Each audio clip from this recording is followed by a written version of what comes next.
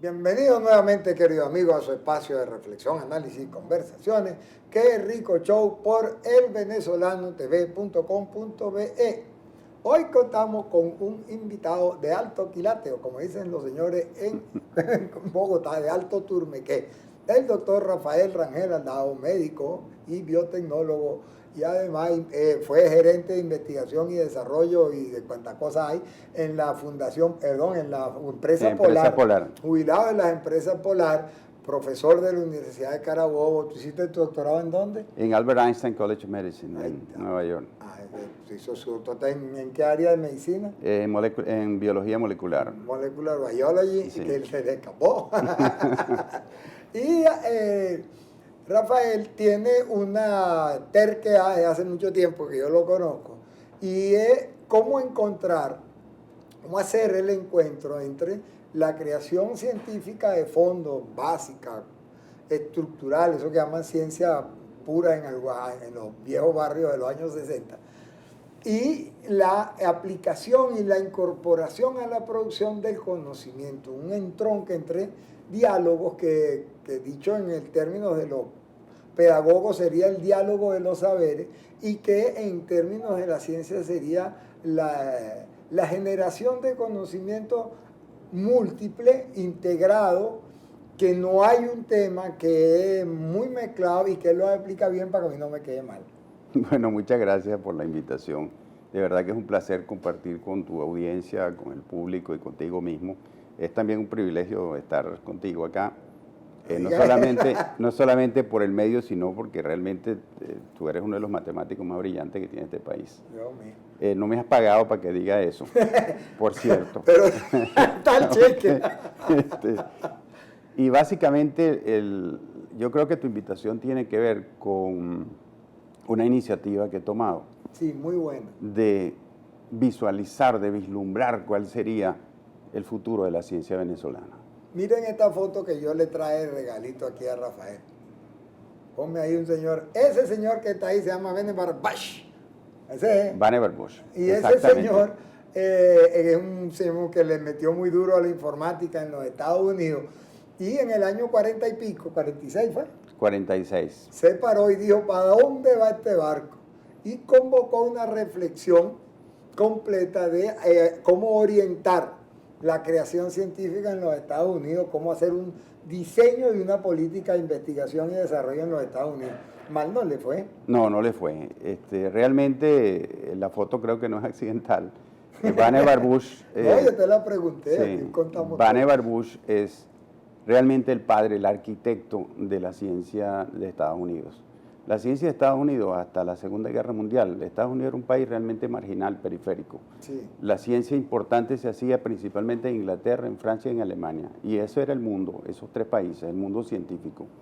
Y después de la Segunda Guerra Mundial, o mejor dicho, durante la Segunda Guerra Mundial, Vannevar Bush fue el primer asesor de un presidente de la República que jamás haya existido en el mundo. Asesor científico. Asesor científico, pero no era ministro, sino que le rendía cuentas directamente al presidente de la República. Y una de las grandes cosas que hizo Vannevar Bush, y yo creo que ha sido la inspiración de muchísimos gobiernos que no lo han podido hacer, y por eso Estados Unidos es realmente singular en la ciencia en el mundo, es que él, por ejemplo, hizo dos cosas, para ponerte ejemplos prácticos. En primer lugar, como él le rendía cuentas directamente al presidente, el presidente Franklin Delano Roosevelt, él no tenía obstáculos con los ministros ni con el gabinete, sino que iba directamente al presidente. Y organizó dos consorcios interesantísimos. Él, antes de ser asesor del presidente de la República, asesor científico, como dijiste tú, él era el segundo a bordo del MIT. Instituto de investigación muy reputado que se llama de Massachusetts, MIT, la M de Massachusetts. Sí, Massachusetts Institute of Technology. Y él, además, era empresario. Entonces tenía las dos cosas, era académico, era ingeniero, académico y además era empresario. Y empresario muy, pero muy exitoso. Entonces hizo el siguiente consorcio. Hizo un consorcio entre varias empresas farmacéuticas para ayudar a los americanos en la Segunda Guerra Mundial a producir antibióticos. Eso es bueno decir, tú lo debes conocer, pero el ejército norteamericano llevaba saquitos de sulfa para la batalla, no llevaba antibióticos. Sí, pero inmediatamente... O sea, los antibióticos cogieron fama después. Pero él hizo ese consorcio de tal manera que toda la industria farmacéutica estaba trabajando realmente en el esfuerzo bélico a través de un consorcio que él hizo. Y la otra cosa que hizo fue otro consorcio también, pero esta vez con las mejores universidades de Estados Unidos, para el desarrollo del radar. Y no solamente el radar, sino una serie de invenciones que tuvieron que ver con bélicas, pues con bombas, los sensores de aproximación para que las bombas estallaran antes de llegar al blanco, y entonces producían muchísimo más daño. Y eso le dio una lección muy práctica al gobierno de Estados Unidos y al mundo sobre la importancia que tenía o que tiene unir la ciencia y ponerla a trabajar, si se quiere, vectorialmente hacia determinados objetivos, sin que dejara de hacer la investigación básica. Vectorialmente es con varios componentes, uno, exacto, dos, tres, cuatro a la vez. Sí, que van en Los esa... científicos son así. Exactamente, y que van en esa dirección. Entonces, él escribió un informe que se llama la ciencia sin fronteras. Y esa ciencia sin fronteras es que primero tú no puedes planificar la ciencia. Tú tienes que tener absoluta libertad en la ciencia que tú hagas. Y ahí peleaste con el gobierno, porque si uno de los problemas más graves que ha tenido Venezuela es que la ciencia es planificada. Sí, por eso no hay mucha ciencia. Entonces, en inglés se llamó The Endless Frontier, o sea, la frontera sin límites, la ciencia. O sea, tú no le puedes poner límites a la gente en lo que va a hacer. Es función de la propia sociedad y del propio gobierno tomar esos conocimientos y de alguna manera ponerlos juntos para que vaya en la dirección del desarrollo del país. Esa es la filosofía con la que crearon el proyecto Manhattan. Absolutamente, y él era el asesor científico. Pues mira, cuando se no crea el proyecto... Yo creía que era Oppenheimer. No sabía. No, Oppenheimer, hubo dos directores. Oppenheimer fue no sabía que te había estado ahí. Es que él era el que manejaba toda la ciencia con relación al presidente de la República. Entonces hubo dos directores, un científico notable como Oppenheimer y un general. Y el general fue el que manejó toda la logística y toda la gerencia para que ese proyecto pudiera llevarse a cabo. Pero el que estaba arriba, el que coordinaba todo, es decir, con todo quiero decir, toda la ciencia hacia el gobierno y hacia el esfuerzo bélico fue él.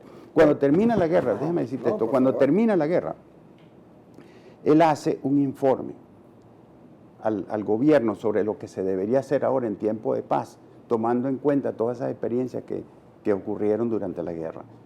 Bueno, y él fue el creador de la National Science Foundation, de la Fundación para la Ciencia. Primer producto trascendente que deja un matrimonio, un encuentro entre la ciencia y la política concebida como una gestión de Estado. La Fundación Nacional para el Desarrollo de la Ciencia en los Estados Unidos. Ya regresamos. ¿Cómo va?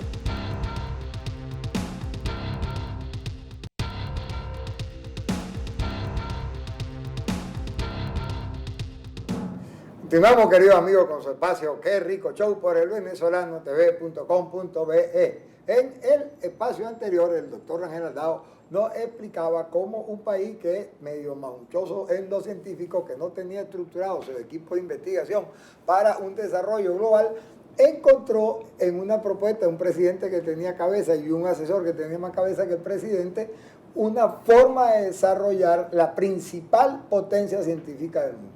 Y la herramienta que crearon fue la Fundación Nacional para el Desarrollo de la Ciencia, o la National Science Foundation, como dicen los maracuchos.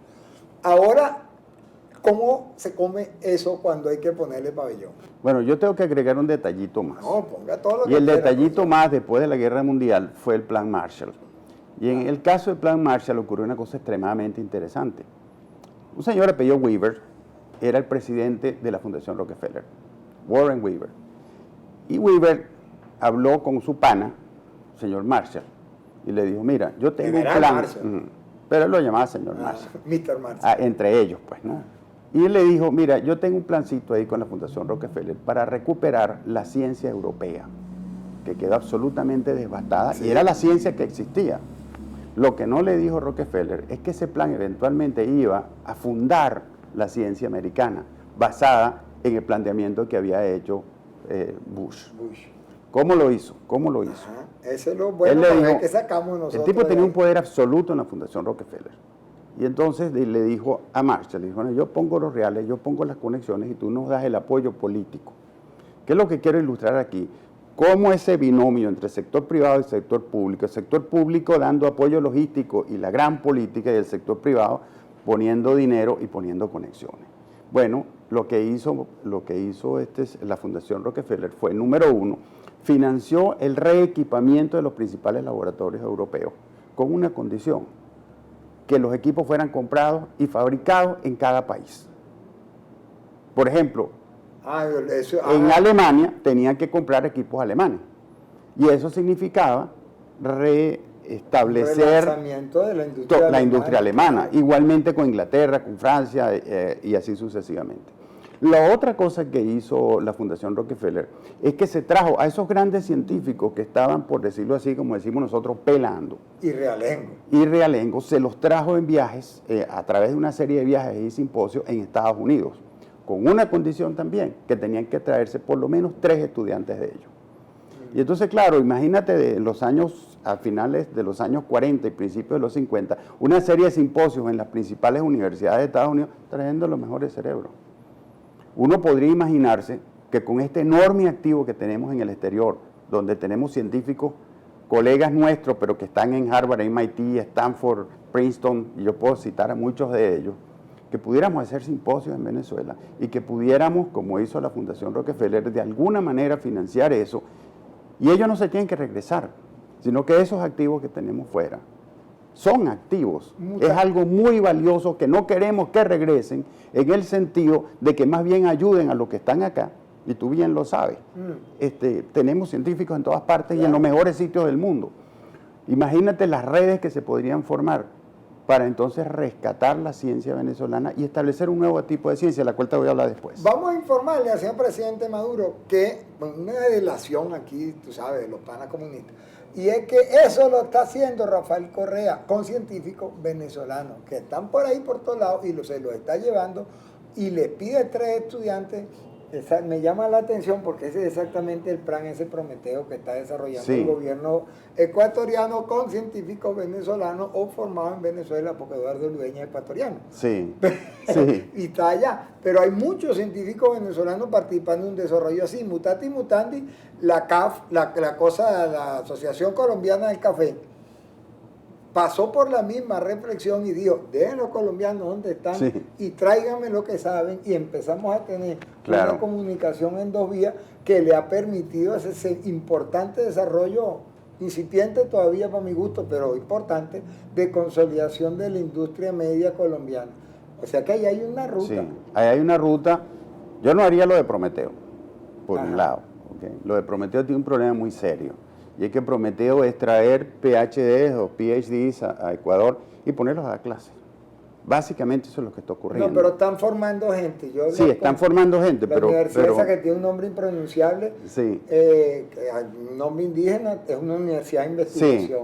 Sí, pero exacto, pero eso es una especie de ciudad del saber, como la que han hecho en Panamá. Sí, yo estoy familiarizado con eso. Pero el problema con eso es que tiene que haber un movimiento, si se quiere, central, de rescatar la investigación básica y la relación de esa investigación básica con la empresa. Y yo creo que ese es el reto que nosotros tenemos. El reto que nosotros tenemos en Venezuela pasa por crear un nuevo tipo de ciencia en América Latina, que es lo que yo llamo la ciencia interdisciplinaria. Vamos a repetir el concepto. Ciencia interdisciplinaria. Ese es el nombrecito que estaba buscando temprano cuando decía que era mezclado. Sí, una ciencia interdisciplinaria quiere decir lo siguiente: la ciencia como se practica hoy día en los países más avanzados cambió radicalmente. La ciencia hasta hace, 10 años, era principalmente reduccionista. Es decir, uno busca una solución mágica, uno busca una respuesta mágica, y entonces, bueno, en base a eso dice, por ejemplo, si hablamos de biología, es el gen tal que causa tal cosa. El gen del divorcio. Bueno, yo conozco ese gen por ahí, lo he visto, pero de lejos. Tú lo has visto un poco más cercano. Okay. Y a veces es recurrente, pero bueno. Pero en el caso de la genética es bien interesante, porque para explicar un poco lo que es reduccionismo y lo que es ahora la visión de sistemas, en la cual tú me ayudaste muchísimo en una actividad que tuvimos en la Escuela de Matemáticas de la Central. Muy bueno ese seminario, eso fue una experiencia interesante. Fueron 3 semestres. Bien buena, y salieron tesis y todo. Sí. Bueno, ¿qué fue lo que pasó con el genoma? ¿Qué es lo que explica la cosa? antes del genoma, ¿qué significa el genoma? El genoma son todos los genes que una persona tiene. Y esos genes están distribuidos en unos departamentos que se llaman cromosomas. Correcto. ¿Ok? Eso es básicamente el genoma. Entonces, pensaban muchísimos premios Nobel, cuando digo muchísimos son como 20 o 30, que cuando se descubriera el secreto, entre comillas, del genoma, por ejemplo, un premio Nobel, Sidney Brenner, dijo, bueno, si yo conozco la secuencia del genoma y la meto en un computador, yo voy a saber lo que significa ser humano. Imagínate tú, ese es el colmo del reduccionismo. No, sí, ¿Okay? se equivocó. Pero cuando se saca efectivamente la secuencia del genoma, se da cuenta que el 98% del genoma, entre comillas, no servía para nada. Es decir, no había ninguna explicación qué hacía ese montón de secuencias de ADN allí. No se sabía. Es más, otro premio Nobel, quizás la persona más admirada por mí, Francis Crick, que ya murió, uno de los dos de la doble hélice. Bueno, él dijo, eso es junk DNA, eso es basura. Una basura que se fue acumulando y está ahí. Porque lo que importa es el 2% o el 1.5%, que es lo que codifica, que es lo que significan las proteínas, pues lo que nos forma el cuerpo. Bueno, luego se descubre que ese 98 y tantos % estaba ahí por una razón, y la razón es regular al 2%. Claro, eso mismo pasa con las investigaciones ahora en neurociencia y la complicadísima madeja de conexiones de las dendritas y todo eso, nombres que yo no sé, que en términos de... Es la complejidad. Ahí venimos. Ah. Se puso complejo el programa, pero ya lo vamos a explicar, ya regresamos.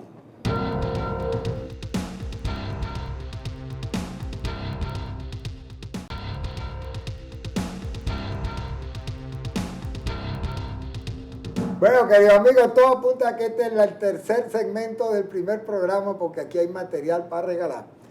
Hay muchos temas y esto va a ser pues, objeto de reflexión y de conversaciones entre nuestros queridos amigos científicos, y esperamos que un poco más allá en el mundo industrial y en el mundo de la educación, para que podamos atacar con la visión esta general que nos está presentando hoy en muy buen esquema Rafael, para que este país relance su capacidad y su aparato científico.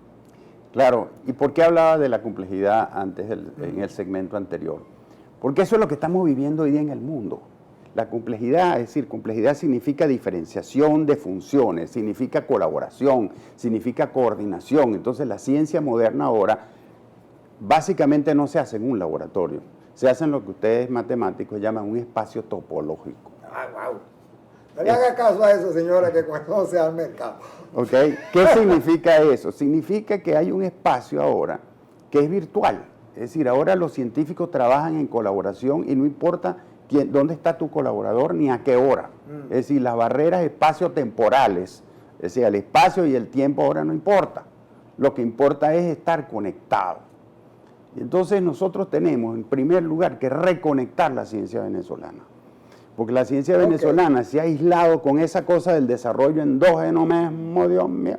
Con eso se aisló la ciencia, se secuestró, y por eso hay más de 1.500 científicos, como dice el estudio de Requén y Caputo, que se fueron del país. Entonces nosotros tenemos 1.500 investigadores. ¿Ustedes saben lo que eso significa en tiempo y plata? Sí, una barbaridad. Eso no tiene idea del realero que se fue. Multidimensional además. Entonces hay que reconectar por un lado a los científicos entre sí, o mejor dicho, conectarlos, porque realmente nunca han estado conectados.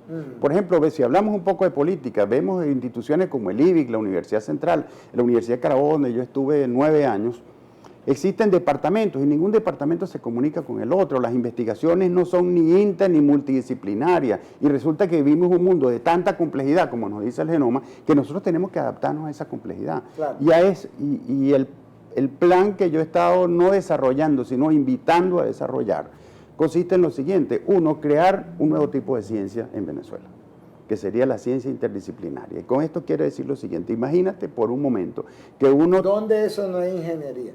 ¿Ah? ¿Cómo eso no es ingeniería? Ingeniería genética, bioingeniería. No, porque es mucho más que eso. Imagínate, para dar un ejemplo, como diría Miquelena, ¿cómo se come eso? Okay. Bueno, se come de la manera siguiente. Imagínate un centro virtual, un centro imaginario que esté, o varios centros en varias universidades. La Universidad Metropolitana, la Universidad Central de Venezuela, la Universidad del Zulia, qué sé yo. Y que ese centro, entre otras cosas, se dedique, por un lado, a estudiar cuáles son los grandes problemas que tiene el país, para llamarlo así, para su renacimiento. Es decir, ¿ok? ¿Cuáles son los grandes problemas? Entonces alguien te podría decir, bueno, tenemos un problema del acceso universal a la salud. Tenemos otro problema que sería cómo lograr la agricultura de precisión, es decir, a través de imagenología, georreferenciación. Tenemos otro problema que es la pobreza, es decir, cómo atacamos nosotros la pobreza en el sentido de no de reducir la pobreza, es decir, ahora vamos a tener menos pobres, sí, pero es que vamos a tener más clase media, ese es el día, ese es el asunto, cómo hacer para que esa menor pobreza signifique, no que los pobres ahora van a tener unas misiones y que van a tener alguien que les va a regalar las cosas, no, se les va a enseñar, como diría la Biblia, a pescar, se les va a enseñar a través de la educación. Entonces ese es otro problema que tenemos en Venezuela. Ahí tocaste la tecla más gruesa, la educación. La educación, entonces la educación siempre ha sido el asunto fundamental para el desarrollo de un país. Exacto. Y esa educación hay que conectarla. Ahorita, por ejemplo, la educación primaria, la secundaria y universitaria están totalmente desconectadas. Absolutamente. Yo creo que a ti te pasó igual que a mí porque somos más o menos la misma generación. Y fue que cuando uno pasa de primaria a secundaria, uno se encontró con un mundo totalmente nuevo que no estaba preparado y todavía una brecha mayor cuando llegaba a la universidad. Dice, bueno, ¿qué es esto? Y uno estaba sumamente joven, podía disfrutar aquella vida, llamémosla así, universitaria, pero no estaba preparado para ello. Y todavía hay otra brecha, una brecha todavía mayor, y es cuando uno se gradúa y empieza a trabajar en la empresa. Yo fui director de investigación y desarrollo y después investigación e innovación en Empresas Polar. Y cada año recibíamos en el centro tecnológico que contribuía a fundar 20 estudiantes de distintas universidades, principalmente de Caracas, que eran de la Central, de la Simón Bolívar, de la Católica de menor grado y de la Metropolitana. Y de aquel instituto bueno de los militares que echaron a perder, el IUFAM. El IUFAM, sí. Era buen instituto tecnológico. Sí, pero bueno, nunca tuvimos pasantes de ellos. Pero ¿qué fue lo que me encontré? Que ninguno de esos estudiantes, a pesar de que tuvieron excelentes rendimientos dentro de la empresa, estaban preparados para las funciones que debían hacer como pasantes, imagínate como profesionales. Ah, qué interesante. Entonces hay que crear una especie de hilo conductor a través de los distintos estadios y de los distintos niveles de educación, por un lado. Y por otro lado, en cuanto a la educación científica, esa educación científica tiene que empezar en primaria. Tiene que empezar en primaria. Eso lo dijo María Gilda Castellano y la sacaron de la rectoría de la Universidad Bolivariana. Exactamente, sí, esa tiene frase, que empezar. Y además, otra cosa que debemos hacer es crear una serie de íconos sociales de la ciencia. Yo he participado varias veces en España en lo que se llama la Semana de la Ciencia. Y en la Semana de la Ciencia consiste en traer investigadores importantes, hacerle una gran propaganda, hacerle una gran exposición hacia la sociedad para que los niños vean cómo ser científico también paga. Pero el Festival Juvenil de la Ciencia es una tímida aproximación. Pero cuando tú ves que un científico en Venezuela gana $50, el equivalente a $50 mensuales, bueno, ¿quién va a querer ser científico? Poquito, sí. Ahorita nos acaban de hacer una entrevista, la Royal Society de Química, que se ha difundida mundialmente a varios científicos venezolanos.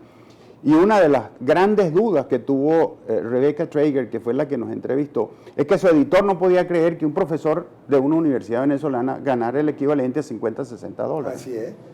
Y se tardó la entrevista en ser aprobada, las entrevistas, porque fueron varios de nosotros que nos entrevistaron, porque no podían creerlo. Y es verdad, aquí ganan $50 o $60, porque la economía venezolana está dolarizada.